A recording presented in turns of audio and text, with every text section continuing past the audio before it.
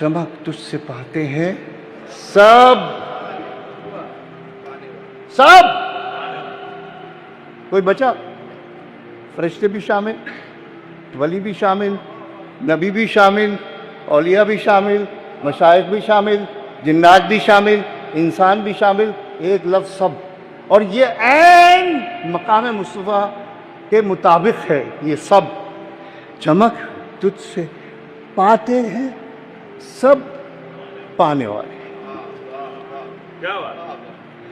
अब अगला मिसरा बड़ा मुश्किल है, बड़ा मुश्किल है।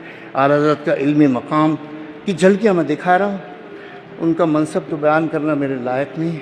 चमक तुझसे पाते हैं सब पाने वाले, मेरा दिल। What is this? What is this?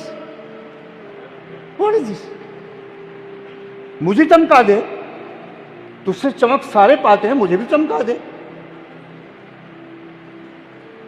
ये काम तो सूरज भी कर देता है।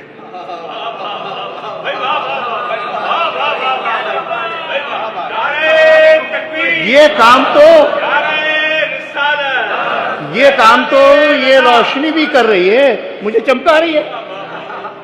सूरज भी कर रहा है, चांद भी कर रहा है। ये काम तो सूरज भी कर सकता है, चांद भी कर सकता है, लाइट भी कर सकती है, चिराग भी कर सकता है। तो मुस्तफा का मकाम फिर क्या चिराग से भी नीचे रखा जाएगा?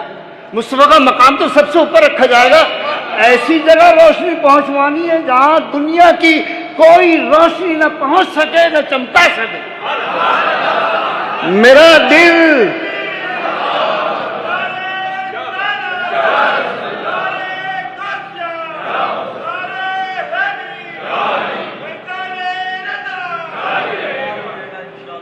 कौन सी रोशनी आप मुझे बताइए आज तक साइंस ने दरियाफ्त की है जो पेनिट्रेट करे स्किन को भी, हड्डियों को भी और दिल के अंदर चली जाए?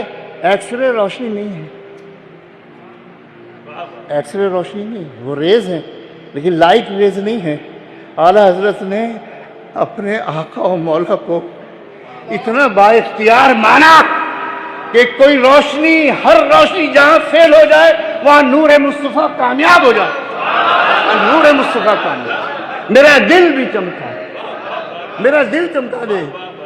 चेहरा तो चमकवाने के लिए बहुत चीजें हैं, लेकिन दिल चमकाने के लिए ए मुस्तफा, ए मेरे आका और मौला, तुझे ही इख्तियार दिया है बस फकात